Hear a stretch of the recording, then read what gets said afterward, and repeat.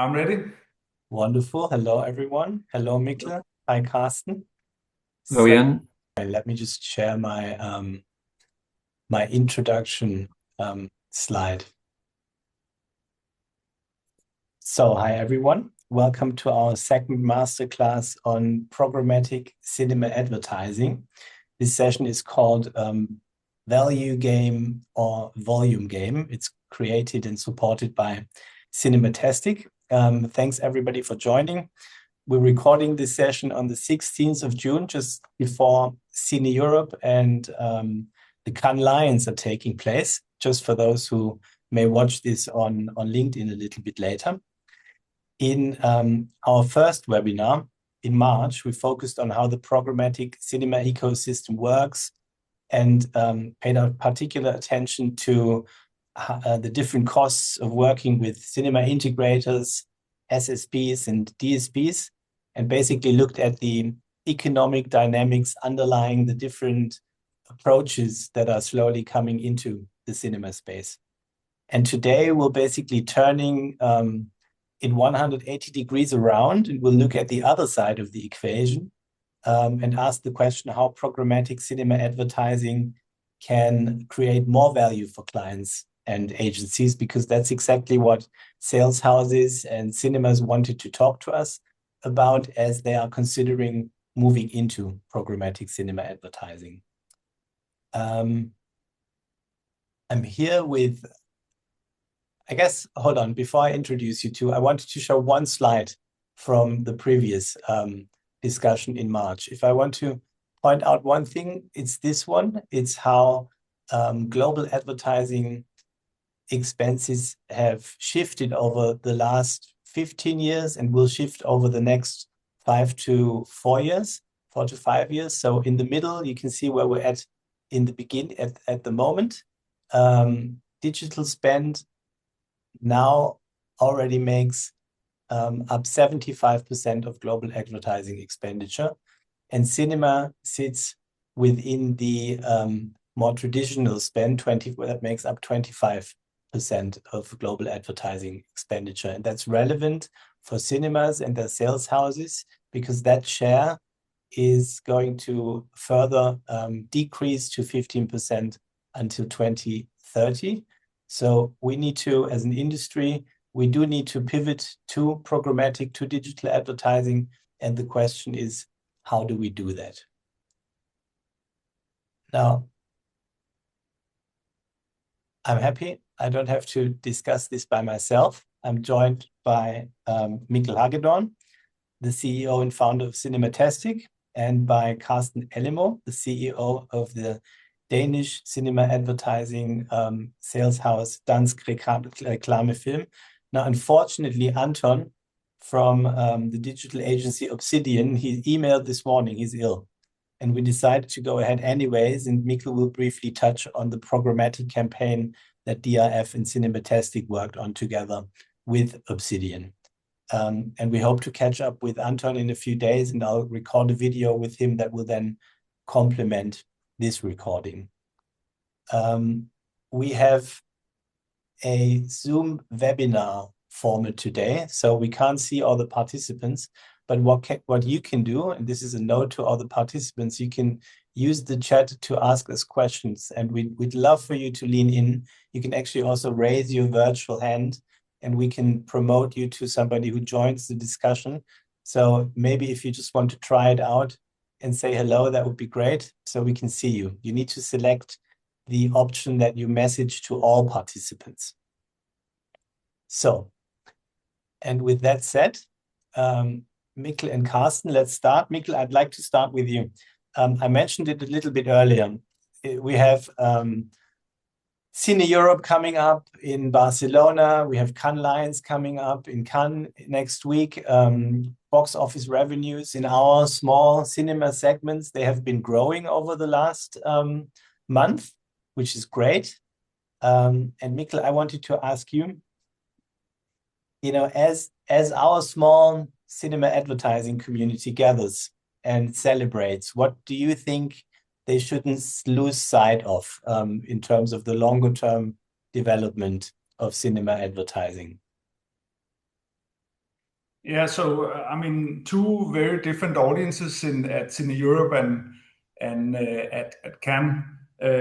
So for sure, the sales houses, Sava will meet up in Cannes, and hopefully, I hope that they will join some of the great speeches down there. There's a speech in the Palais by Mark Ritton and Byron Sharp.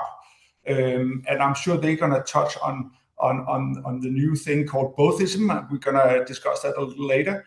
I think that's an important talk to join. But there will also be some sessions on a lot of sessions on programmatic and of course on agent to agent buying, which is the next level after programmatic. That is something that is a lot of hype around agent to agent buying. And I think that will be a major thing in Cannes this year. Okay, excellent.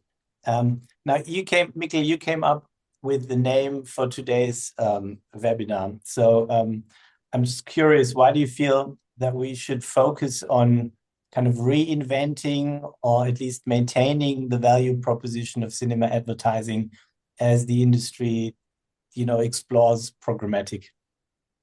It's very simple. So cinema is limited inventory, high price. And cinema is in a value game.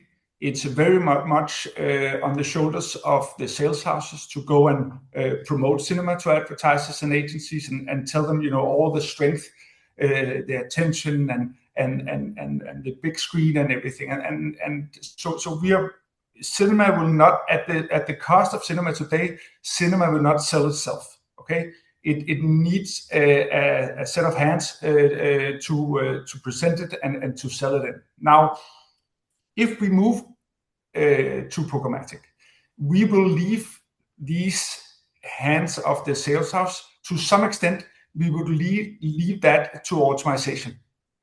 And for me, a very important point is that once we leave this to automation, we need to think about how we structure the offer, the cinema product, and we need to make sure that we add enough value to that product so that we stay in the value game.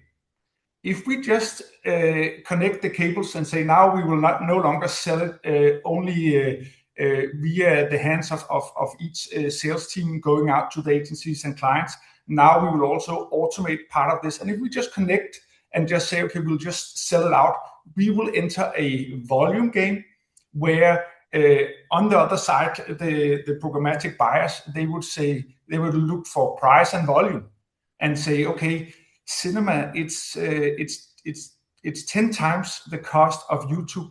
Why should I choose cinema? So if we will not manage to promote cinema with added value, then we won't be able to keep the CPT that we are getting today. Got it. Okay. Thank you. Carsten, we'll speak about programmatic for a longer term in a moment. Just to kind of start, we spoke earlier.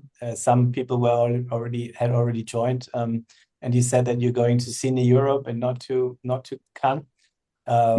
Which is great because I'm a big believer in Cine Europe, of course, coming from the small world of cinema.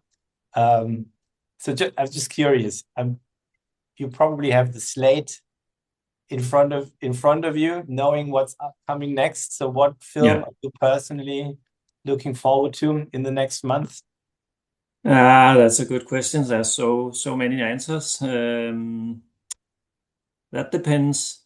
Who am I bringing? And obviously, almost every time you're in the cinema, you're bringing someone you care about or somebody you love. If I were to bring my children, we are looking forward to Toy Story, new Minions.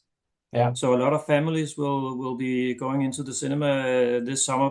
But for me personally, I'm looking forward to Nolan's new film, The Odyssey, which is coming out in July. Right. That that looks very exciting. Yeah. Excellent.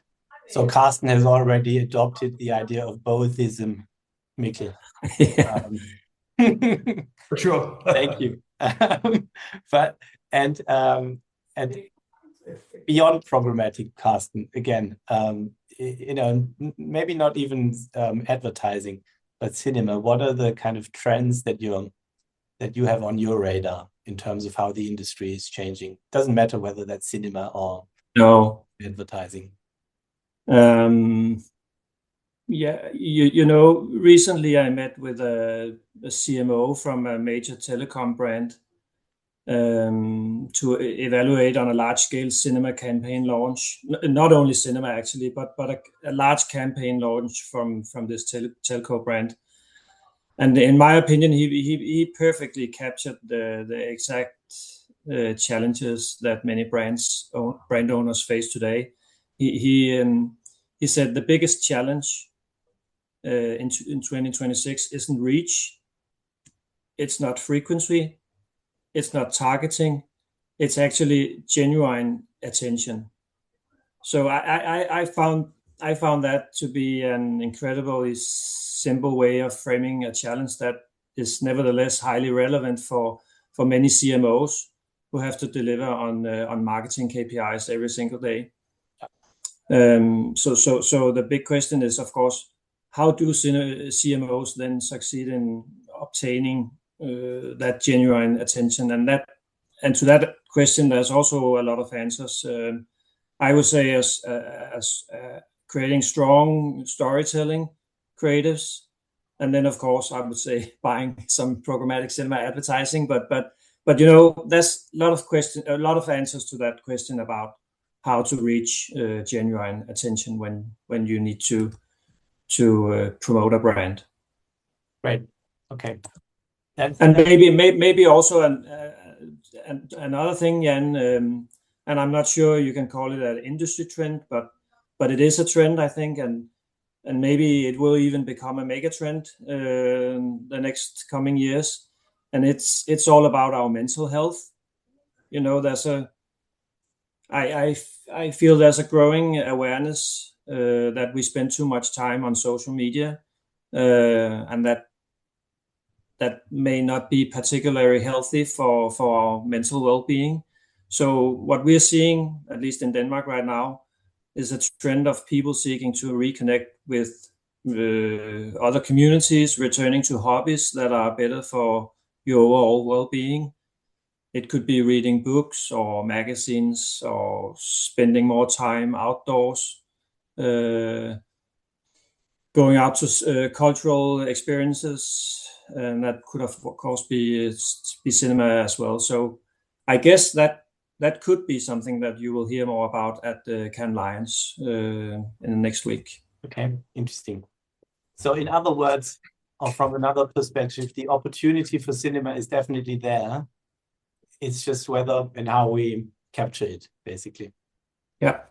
Okay, great. Now we wanted to use the first part of the session to look a little bit into Dansk Reklamefilm's approach to programmatic and to this question of how you can create value in programmatic advertising. So I was just curious if you could talk a little bit about, why, and how you moved into programmatic with DIF. The big question, but if you could keep that's a big question. Great. I'm not sure that all participants in this call knows, but in Denmark we have a product called Cinegame. It's a game that we run in every cinema before the movie starts. We've done that since 2013, I think, together with Cinematastic. And since then, we've possessed a robust foundation of first-party data from all moviegoers who play the game from 2013 and until now. And in Denmark, that Cinegame is played via your app downloaded to your mobile phone, a smartphone. And once you're seated in the cinema, you simply open the app and then you join the game which is played on the big screen together with all the other audiences in the cinema. So at the same time we had this cine game, we noticed that cinema is receiving like 0 share of the massive marketing budgets allocated annually to programmatic buying on platforms like Google and Meta. So to capture a share of those budgets and to ensure that our inventory was accessible to advertisers who by some reason strictly buy programmatic, we needed to develop a platform that could bring our premium cinema advertising product to the market.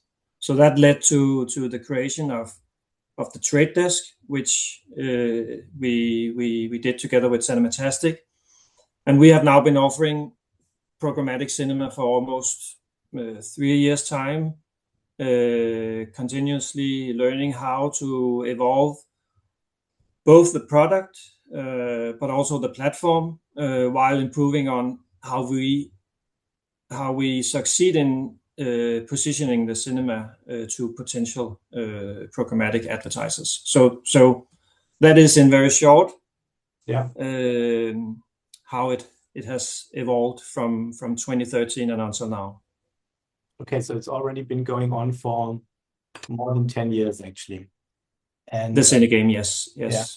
And has it been we'll talk about the moment in a moment, but the present situation in a moment. But in terms of how you started, was it like all in with everything, or was it an experimental? Was it experimental? Could you try out? I would say the cine game was an experiment, I guess. Mikkel, you might know better than me, but I guess we hadn't seen anything like that before we did it in Denmark. So we were like pioneers on that area together with Cinematastic, and Mikkel has done a great lot of work on Cinegame. But then things changed. You started this presentation by showing your slide with the budgets shifting from offline to online media, and now as a cinema advertising sales house, we obviously need to adapt to that reality. At least if we don't, we can just sit by and see more and more budgets going maybe to digital formats, which cinema is not, at least if you are not doing programmatic advertising. So you've been doing it now for a few years, programmatic. Can you? Yeah. I know you can't share lots of stats and results, but I'd just be interested if you can share a few results or observations so far in terms of where you're at mid-26 compared to what you were hoping for, perhaps a few advertisers that you acquired, whether they are new or existing ones, whether there's cannibalization or not, that kind of stuff. You're always hoping for more than you get, I guess, when you are in this line of business. But I can say that I'm very happy with the decision on prioritizing programmatic advertising. Our programmatic sales are still a smaller part of our total advertising sales, but year over year, we're seeing very, very strong growth. And 2026 will be no different. New clients are coming in, clients who have never bought cinema advertising before. So, that's fantastic. And when you buy programmatic cinema through the trade desk, you also have the opportunity to add a voucher. So you're not only buying screen time on the big screen, you also have the opportunity to buy a voucher product, which can motivate low funnel conversion to sales. So imagine sitting in the cinema, having just seen a commercial on the big screen from a brand, and seconds later, a voucher is pushed to your smartphone. That could be a special discount or a unique offering of some kind, an invitation to a special event, or signing up for a newsletter. It could be anything. So that voucher lands in your Cinemagame app wallet, and you're ready to take advantage of that special offer from the brand you have just seen on the big screen. So, it's a quite unique and it combines the strong branding value from the cinema with the short-term sales opportunity. So we have seen incredible conversion rates actually from voucher to sales from our clients. I would say 5, 10, 15% conversion to sales in many cases. So it's a quite interesting product to add to already strong cinema advertising format. Okay, that's great. I think it's important to maybe even tell that story of the voucher again so that everybody understands how it works. And the special thing in Denmark is that almost all cinema goers have the Cinegame app, right? So you have Mikkel, maybe you know the figures better than I do, but we have been running this in the biggest cinema chain in Denmark since 2013. The Cinegame brand is a very, very known brand, and for many people, it's become a part of the cinema experience. It's a part of their visit to a cinema. They come early, they sit in, they go to the screen after buying popcorn and soda. They go to the screen to participate in this game. Yep. And to do that, they have downloaded that app.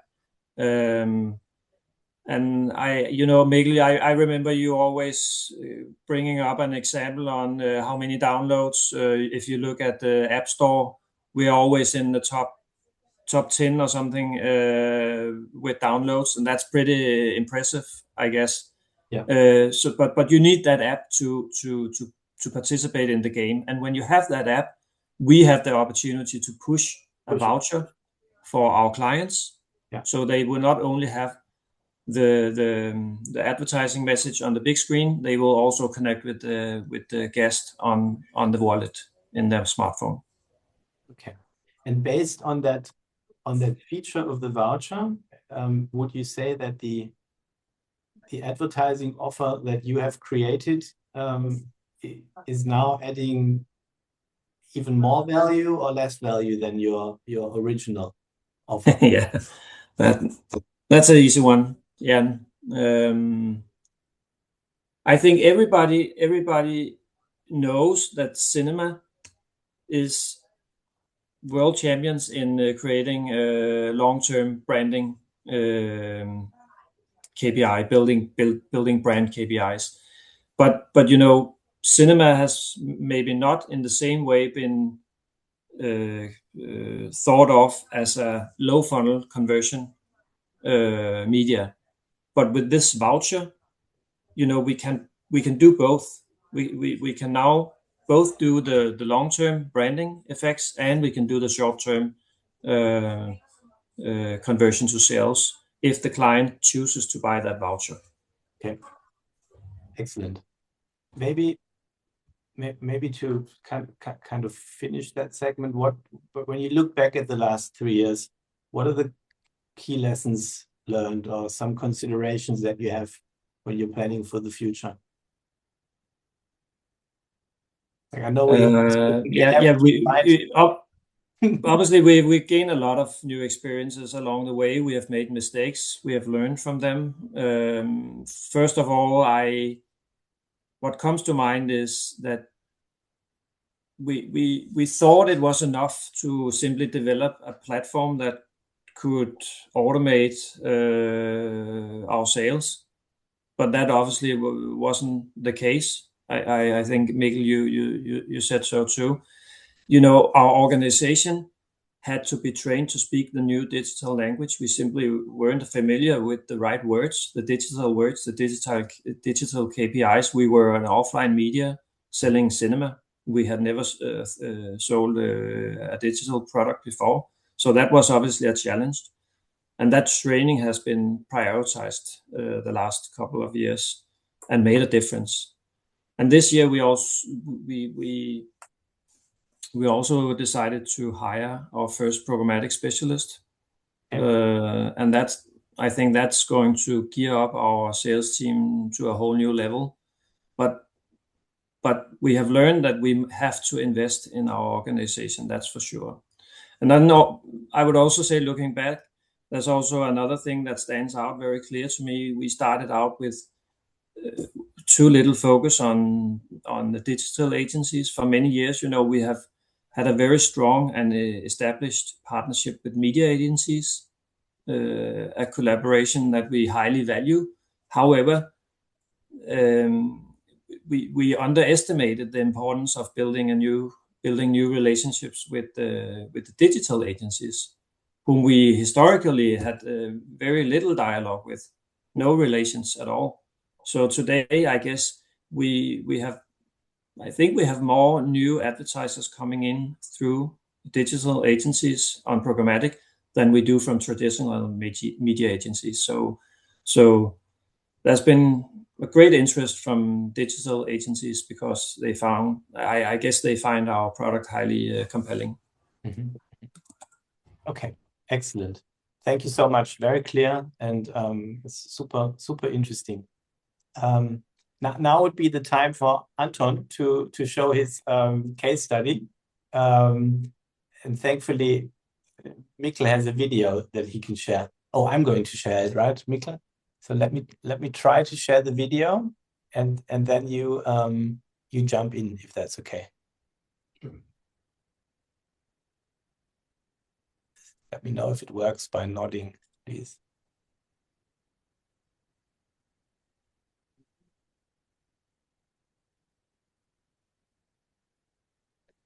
That's the old slide, right? Okay, sorry.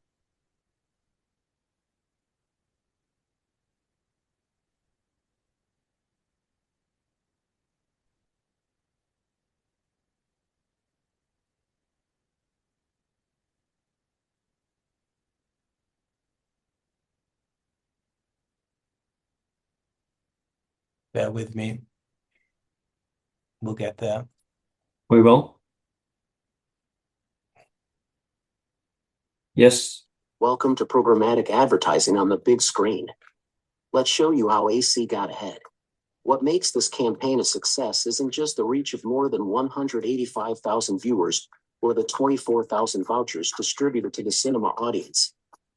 The campaign delivered a conversion rate that far exceeded our initial expectations in an industry where digital fatigue is real. These results show that by targeting the right audience through programmatic cinema, we aren't just showing an ad. We are effectively recruiting new members into the AC fold, proving that the cinema screen is a powerful engine for the sales pipeline and a high-performance benchmark for future recruitment strategies.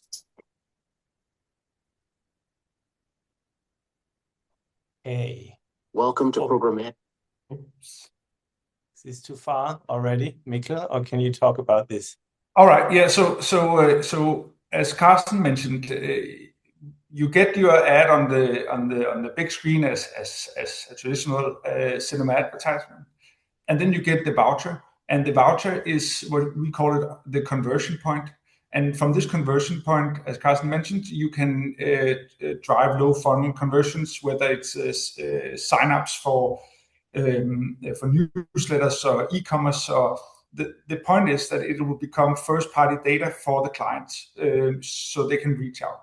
And as you can see from the funnel, from impressions to vouchers to clicks and to leads, we have quite high, or we have very high conversion rates on cinema compared to other online video media. And obviously, this is what I was talking about at the beginning. This is how we are adding value. We are adding value by securing that we can offer this bothism, where we have the branding on the screen, but we can also deliver on low funnel conversions. If you move on to the next slide here. So one more time. Yeah. So if you have when they have a media budget, the total budget 190,000 Danish crowns. So in a traditional cinema world, they will be spending this money on what you could call brand equity. So it will be attention and some of those brand metrics and KPIs that we are used to promoting when we sell cinema. But in the orange area, so in the middle, this is part of the budget that goes to adding the voucher and how the voucher can drive actual conversions and sales to the client and deliver a return on investment that we can track all the way through to the actual sales of the sign-ups. So we know what is the cost of a sign-up via cinema. So everything in the orange area, this is value added to the traditional cinema product. And I think that is the point, that if we are to compete against other online video channels, we need to make sure that we can deliver on low funnel conversions as well. So that is this dual product that we offer on cinema. And just to let you know, I think that's not a secret, Carsten, that we can say that clients, they are brands and agencies, they pay an extra 25% on their CPT for adding the voucher. And the interesting part is that what we have seen so far is that because that they are adding, we are adding a premium to the CPT every time they choose a voucher, or if they do specific targeting or picking specific movies.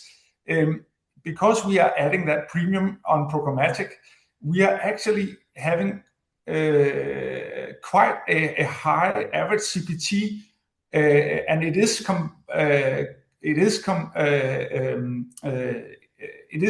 compatible with the CPT of the traditional. So it's not like we are selling out programmatic as a cheaper product. We are actually selling it as a premium product, and we can only do that because we are adding value.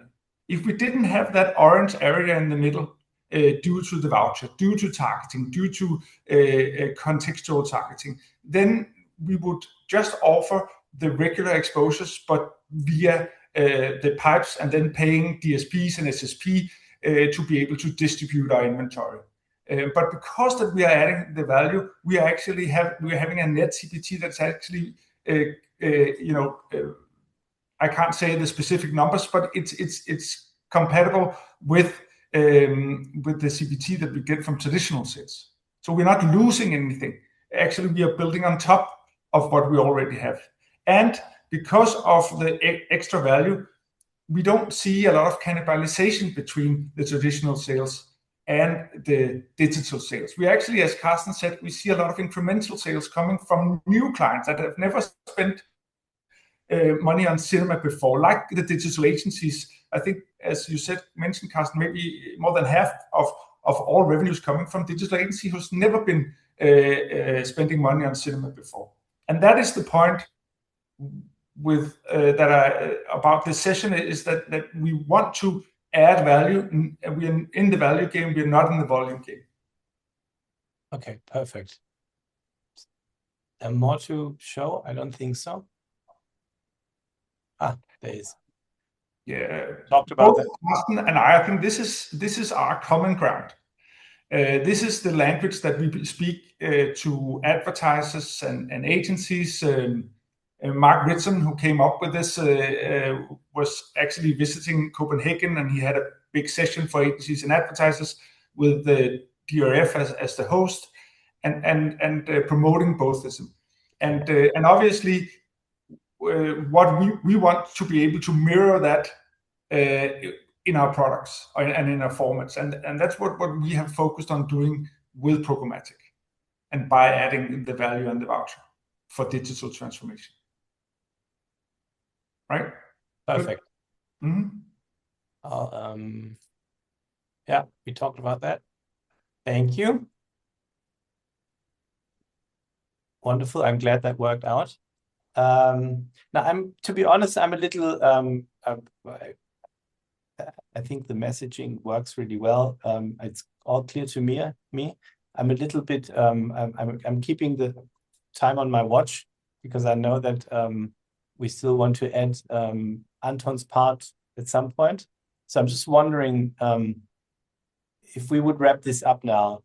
Question to both of you: if you had an advertising sales house CEO come to you today, who hasn't done anything about programmatic advertising, and who has these different options in front of him, what would be your advice on how to approach it? And I'll go with Carsten first because I know what Mikkel's proposal probably is. I would say learn from these experiences that we are sharing today and will be sharing going forward. We have a fantastic medium in cinema, but we need to be ready. We need to have a product that the market and the clients actually demand. So I would say go ahead. In Denmark, we this has been built, as I said, on top of the cine game, which actually gives the cinema experience a whole other level. People are loving this game.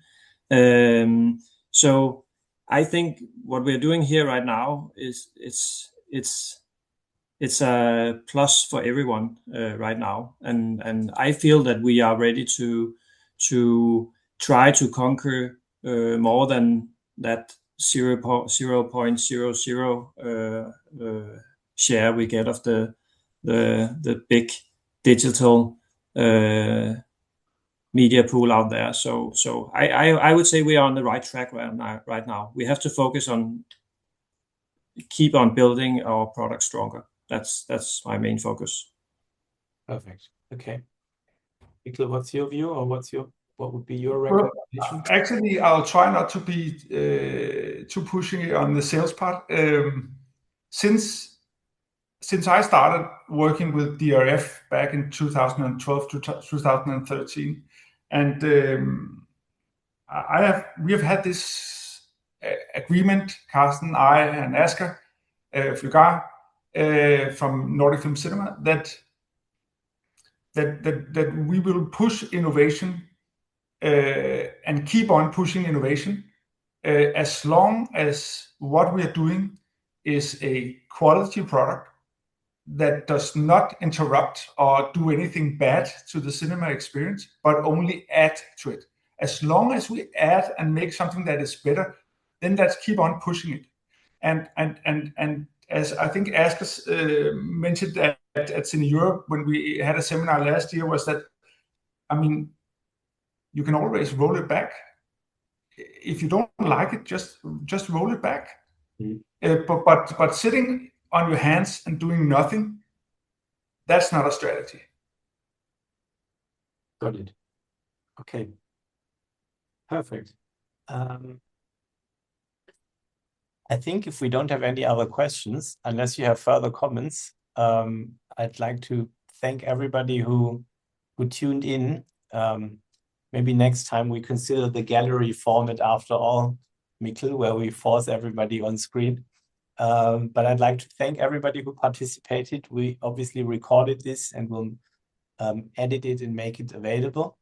Thank you so much, Carsten, for sharing your insights and your experience. Great that you were with us. And of course. Thank you, Mikkel, of course.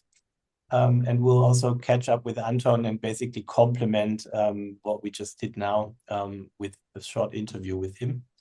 And then I wish you all the best for the coming week, wherever you're heading. Yeah. The same, and to all other participants. Thank you. Thanks, Thank everybody. you.